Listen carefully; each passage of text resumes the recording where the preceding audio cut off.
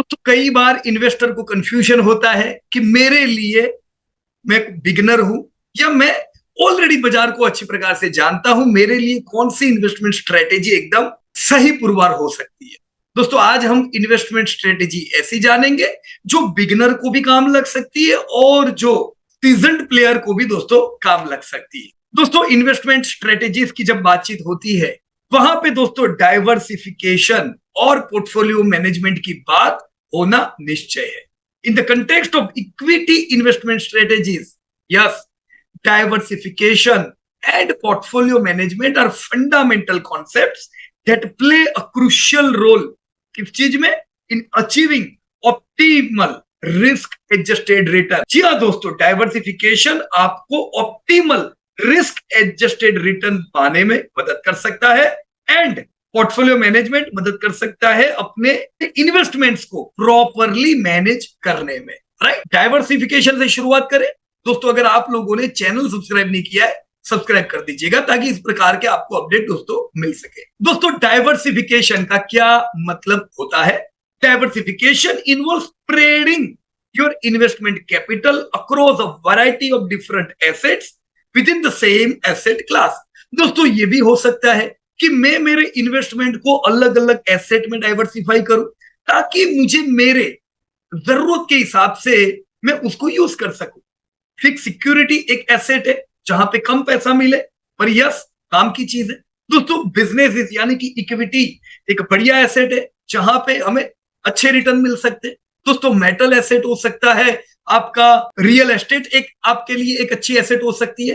पर अगर हम जैसे यहां पे आज बात करेंगे इक्विटी एसेट के बारे में, तो इक्विटी एसेट में भी हम कैसे अपने पोर्टफोलियो को प्रॉपर वे में स्प्रेड करें जिससे हमको डाइवर्सिफिकेशन का बेनिफिट हो और साथ में रिटर्न भी हमें ऑप्टिमल मिल पाए।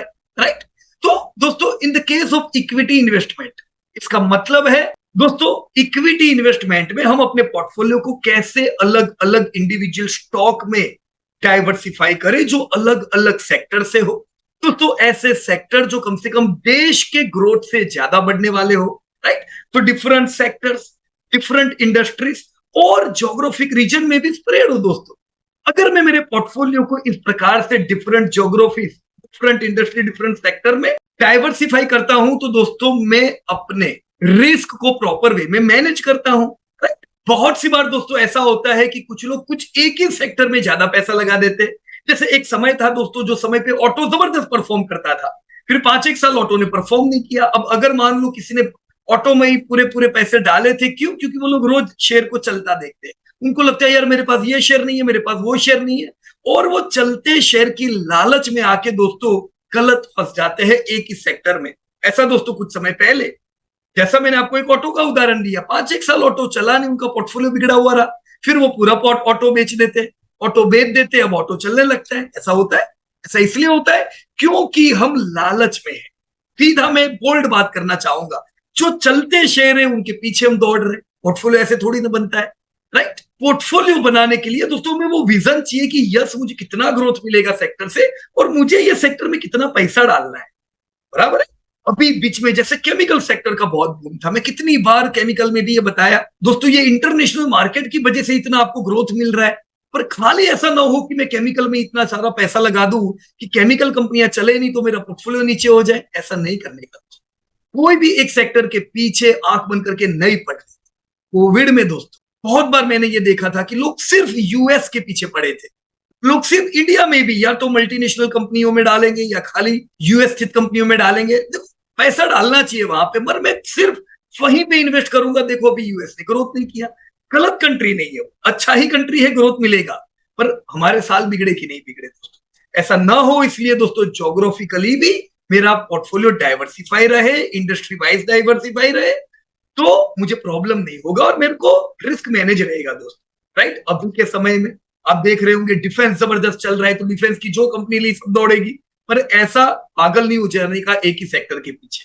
मैन्युफैक्चरिंग पिछले साल जबरदस्त परफॉर्म कर रहा था और हमने देखा कुछ फंड भी मैन्युफैक्चरिंग के लिए आए।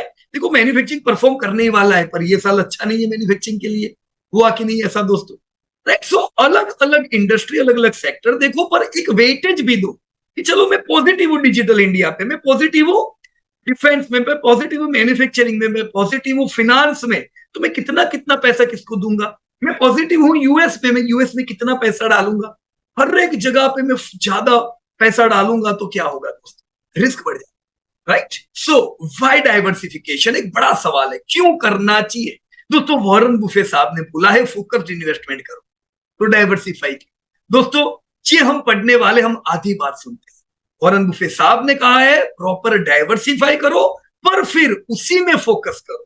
लोग क्या करते, इधर उधर की 100 कंपनी ले लेते, फिर ये सब छोड़ो दूसरा कुछ, वो छोड़ो तीसरा कुछ, अलग अलग जगह पे भाग भाग करेंगे, काम नहीं बनेगा दोस्तों, राइट। हमें डाइवर्सिफाई करना है और उसी में फोकस करना है, हर साल नई कंपनी पकड़ेंगे, काम नहीं बनेगा। तो दोस्तों वाई डाइवर्सिफिकेशन, ये करने से क्या फायदा होता है, ये करने से दोस्तों, डाइवर्सिफिकेशन करने से रिस्क रिड्यूस होता है, राइट। आपने देखा होगा दोस्तों मार्शल आर्ट के करतब, अगर तो एक व्यक्ति लेटेगा और नीचे खील के पूरी पट्टी होती है, मतलब बहुत सी खील के ऊपर वो लेटेंगे और उनके ऊपर बर्फ रख के हथौड़ा मारेंगे, तोड़ेंगे, खील नहीं चुकती है उनको। ऐसा कैसे, उन्होंने दोस्तों रिस्क रिड्यूस किया है, उन्होंने मल्टीपल खील लगाई हुई, एक खील पे 100 और फिर मारो हथौड़ा, क्या होता है देखो, भी समझते हैं रिस्क डाइवर्सिफिकेशन। तो रिस्क रिड्यूस होता है डाइवर्सिफिकेशन से, उससे वॉलेटिलिटी की इफेक्ट मिनिमम होती है। अब जैसे मैंने आपको कुछ अंडर परफॉर्मिंग सेक्टर के बारे में बताया, कुछ अच्छे सेक्टर भी है जो अभी अंडर परफॉर्म कर रहे हैं, पर आपने उन्हीं में बहुत ज्यादा पैसा डाल दिया, खुश हो के नहीं नहीं ये बहुत दौड़ रहा है, बहुत दौड़ रहा है, डालो पैसा। लोग ऐसा ही करते, चलती गाड़ी पे चढ़ जाते, चलती गाड़ी में ज्यादा पैसा डालेंगे, फिर फंसते, राइट। डाइवर्सिफाई करेंगे तो लोगों के मकान देख के अपना घर नहीं तोड़ देने का, राइट। उनके शेयर चलने दो, वो टूटेंगे, आप घुसोगे, ऐसा नहीं करने का। प्रॉपर डाइवर्सिफाई करो, अपने स्टॉक पे ध्यान दो, इससे आपकी वॉलेटिलिटी मिनिमाइज हो जाती है। सेक्टर और इंडस्ट्री का प्रॉपर एक्सपोजर होता है दोस्तों। आने वाले 10-15 साल को व्यू में रख के जब आप अलग अलग सेक्टर में पैसा डालते हो तो उन सेक्टर में से कई सेक्टर आपको मल्टीपल ईयर रैली देंगे। लोगों को लगता है मुझे कोई लॉटरी लग जाए यार, कोई एक दो कंपनी मस्त मिल जाए, ऐसा नहीं है। आपको एक दो कंपनी मस्त, एक दो सेक्टर मस्त नहीं मिलेंगे। आप जहां पे निवेश करोगे, अगर आप प्रॉपर रिसर्च करके कर रहे हो दोस्तों, लॉन्ग टर्म व्यू रख के कर रहे हो, आपको बहुत से सेक्टर आपके मल्टीपल ईयर रैली करने वाले, बहुत सी कंपनियां दोस्तों आपको 30-30, 50-50 गुना रिटर्न देने वाली। तो एक दो की लॉटरी पे मत पड़ो दोस्तों। मार्केट का फ्लक्चुएशन दोस्तों कम रहता है, एक दो कंपनी हुई वहीं पे गिरावट आई, आपके फ्लक्चुएशन बढ़ जाते हैं, राइट। सो डाइवर्सिफिकेशन से दोस्तों अनेक फायदे हैं। सबसे पहला हमने क्या बताया, risk reduction. So by holding a diversified portfolio of stocks, you can reduce the impact of poor performance in a single stock on your overall portfolio। देखो ऐसा होता है, मेरे इतने समय में मैंने कई बार देखा है, कुछ अपनी मल्टी बैगर कंपनीज कुछ समय के लिए दोस्तों अंडर परफॉर्म करती है। हमने बहुत सी बार देखा इतने समय में, आपने देखा ब्रिटानिया ने जबरदस्त रैली किया, पर उसने भी बहुत समय अंडर परफॉर्म किया है। जो भी कंपनी हो दोस्तों, एशियन पेंट ले लो, पीडीलाइट ले लो, ये सब कंपनी के नंबर लगे थे अंडर परफॉर्मेंस में। तो एक कंपनी नहीं दोस्तों, जब आपके पास मल्टीपल कंपनीज होती है, ऐसी कंपनीज जो ग्रोथ करती है, ऐसे सेक्टर में जो ग्रोइंग सेक्टर है, राइट, ग्रोथ सेक्टर की क्वालिटी कंपनी में जब पैसा होता है तो कभी कोई एक दो सेक्टर परफॉर्म ना करे, उससे अपना ओवरऑल पोर्टफोलियो खराब नहीं होता है। This helps mitigate the risk of substantial losses. कोई चिंता नहीं होती, कभी कभार आपकी अच्छी कंपनी में अचानक बुरे समाचार आते हैं तो कोई सब्सटेंशियल लॉसेस का सवाल नहीं होता है, अगर आपका पोर्टफोलियो वेल डाइवर्सिफाइड है। तो फायदा नंबर क्या है, रिस्क कम हो जाता है। फायदा number 2, minimizing volatility. Friend, stock can be volatile. अरे यार अचानक वॉल्यूम के डेटा आए, वॉल्यूम कम आए हैं, आपका शेयर सीधा धड़ाम से 15% डाउन, अच्छी अच्छी कंपनियां गिरती है, राइट। तो ये वॉलेटिलिटी है दोस्तों, इसको अगर स्मूथ करना है तो क्या करना है, वेल डाइवर्सिफाई करना है, राइट। तो stock can be volatile, but diversification can help smooth out the overall volatility of your portfolio, potentially leading to more stable returns over time, right। इसके साथ तीसरा फायदा, sector and industry exposure. Diversification always allows you to benefit from growth opportunities in various sector and industries। क्या दोस्तों एक दो sector नहीं है, इंडिया जैसे ग्रोइंग कंट्री में there are various opportunities which sectors are going to grow large। आज के छोटे छोटे सेक्टर दोस्तों कल और बड़े होने वाले, तो अपॉर्चुनिटी की कमी नहीं है, बहुत से सेक्टर दोस्तों बढ़िया चले। अगर हम वेल डाइवर्सिफाई करेंगे ऐसे कई सेक्टर का फायदा उठा सकते हैं, right. It reduce your dependency on the performance of single sector. दोस्तों मैंने देखा था करीबन 2015 के आसपास, उससे पहले फार्मा के स्टॉक बहुत दौड़ते थे, तो लोगों ने भर भर के फार्मा के पोर्टफोलियो बनाए थे। मैं तो फार्मा के म्यूचुअल फंड में डालूंगा, मैं तो फार्मा की कंपनियां लूंगा। फिर क्या, उनका पोर्टफोलियो बहुत अच्छा चलता था क्योंकि फार्मा की कंपनियां चलती थी। पर जैसे वो सेक्टर की पलटी लगी, मतलब 5 साल का अंडर परफॉर्मर, ऐसा नहीं करने का। फार्मा पसंद है, लगाओ वहां पे 5-10 टका रुपया। दूसरे भी तो सेक्टर है दोस्तों, एक दो सेक्टर थोड़ी ना चलेंगे, राइट। अगर हम वेल डाइवर्सिफाइड सेक्टर में करते दोस्तों, रिस्क मिनिमाइज हो जाता है, मार्केट फ्लक्चुएशन से हम बच पाते। Different stocks react differently to market fluctuations and economic condition. So diversification help balance out the impact of such fluctuations, right?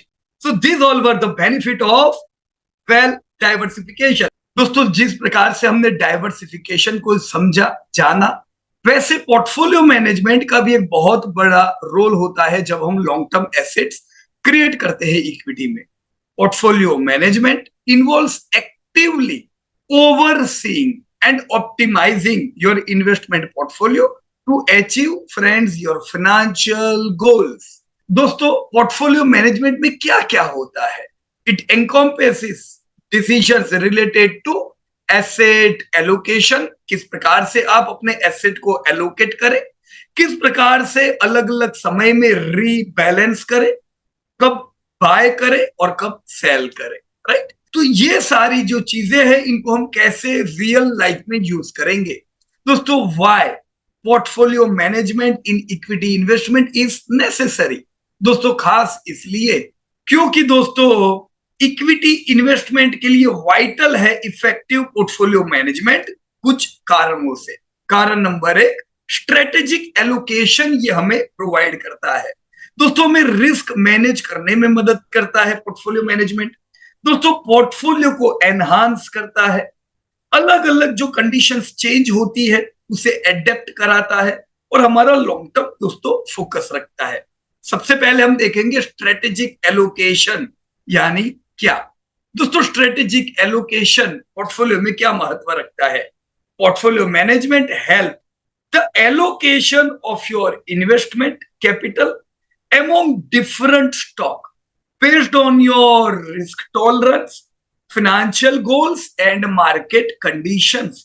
दोस्तों इन तीनों चीज के आधार पे आपके पोर्टफोलियो में दोस्तों आपका इन्वेस्टमेंट कैपिटल अलग अलग स्टॉक और इंडस्ट्री में दोस्तों स्प्रेड होता है, राइट। कहीं पे आप ज्यादा एलोकेशन दोगे, कहीं कम दोगे, राइट। कुछ इंडेक्स में ज्यादा एलोकेशन, कुछ इंडेक्स में हो सकता है कम, कुछ सेक्टर में ज्यादा, कुछ सेक्टर में कम। वो डिपेंड करता है दोस्तों कितना ग्रोथ हमें मिलने वाला है, कितने चैलेंजेस होंगे वहां पे कि ग्रोथ पूरा प्रॉफिटेबिलिटी में कन्वर्ट हो पाएगा कि नहीं, राइट। सेकंड दोस्तों risk management through regular monitoring and adjustments. Portfolio management ensures that your portfolio's risk level align with your risk tolerance and long term objective, right friends. जब आप regularly monitor करते हो और अपने पोर्टफोलियो को adjust करते हो अभी की कुछ कंडीशंस के हिसाब से, उससे दोस्तों आपका रिस्क बेटर मैनेज हो रहता है। जहां पे आपको रिस्क नजर आता है वहां पे आप अपने वेटेज को तुरंत नहीं बढ़ा देते हो। जब हरी झंडी दिख जाती है, जब वापस ग्रोथ दिखने लगे, आप हो सकता है वहां पे वापस वेटेज के अपने बढ़ाओ, राइट। थर्ड दोस्तों ये पोर्टफोलियो को एनहांस करता है, राइट। पोर्टफोलियो मैनेजमेंट कैसे? Regular review and adjustment to your portfolio allow you to capture potential opportunities and optimize your returns over time. जी हाँ दोस्तों, ये आपके पोर्टफोलियो को एनहांस करता है। Fourth, adaptation to changing conditions. दोस्तों मार्केट की कंडीशंस, कंपनी के फंडामेंटल और इकोनॉमिक फैक्टर्स दोस्तों इवॉल्व होते रहते हैं, डायनेमिक होते हैं, चेंज होते रहते हैं। Portfolio management evolves making informed decisions to keep your portfolio aligned with this changing conditions, right. जैसे जैसे कंडीशंस चेंज होती है आप अपने पोर्टफोलियो को अलाइन करते रहते हो, right friends. Long term focus रखने में भी मदद करता है दोस्तों आपका portfolio management. Friends, effective portfolio management encourage a disciplined long-term investment approach rather than reacting impulsively to short-term market fluctuations। दोस्तों हम इसीलिए कहते हैं दोस्तों, बाजार में आना है तो 10 साल लेके आना है। 10 साल से कम समय है दोस्तों, बाजार में ना आए। 10 साल से कम समय में आपको उतनी इफेक्टिवनेस नहीं दिखाई देगी, और 10 साल से कम समय में रिस्क रहता है। कुछ समय तक आपकी इंडस्ट्री हो सकता है चैलेंजिंग मोड में हो, कुछ समय पे हो सकता है आपकी कंपनी चैलेंजिंग मोड पे हो। कंपनियों को कुछ एक सफिशिएंट साइज की होने में थोड़ा समय लगता है दोस्तों, समय हमें देना होगा, राइट। सो इन समरी, दोनों ही चीजें, डाइवर्सिफिकेशन और पोर्टफोलियो मैनेजमेंट, क्रिटिकल कंपोनेंट है आपके सक्सेसफुल इक्विटी इन्वेस्टमेंट स्ट्रेटेजी में, राइट फ्रेंड्स।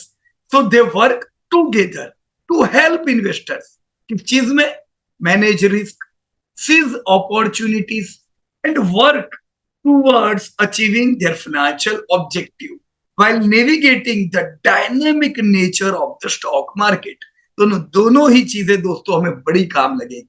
डाइवर्सिफिकेशन भी लगेगा और प्रॉपर पोर्टफोलियो मैनेजमेंट, ये दोनों चीज धीमे धीमे अगर हम सीखते हैं, हम हमारे पोर्टफोलियो को definitely risk free, stress free optimize कर सकते हैं दोस्तों, राइट। So thank you so much. Start learning with profit from it. Jai Hind. Disclosure: this update is for educating purpose. We are not tip provider.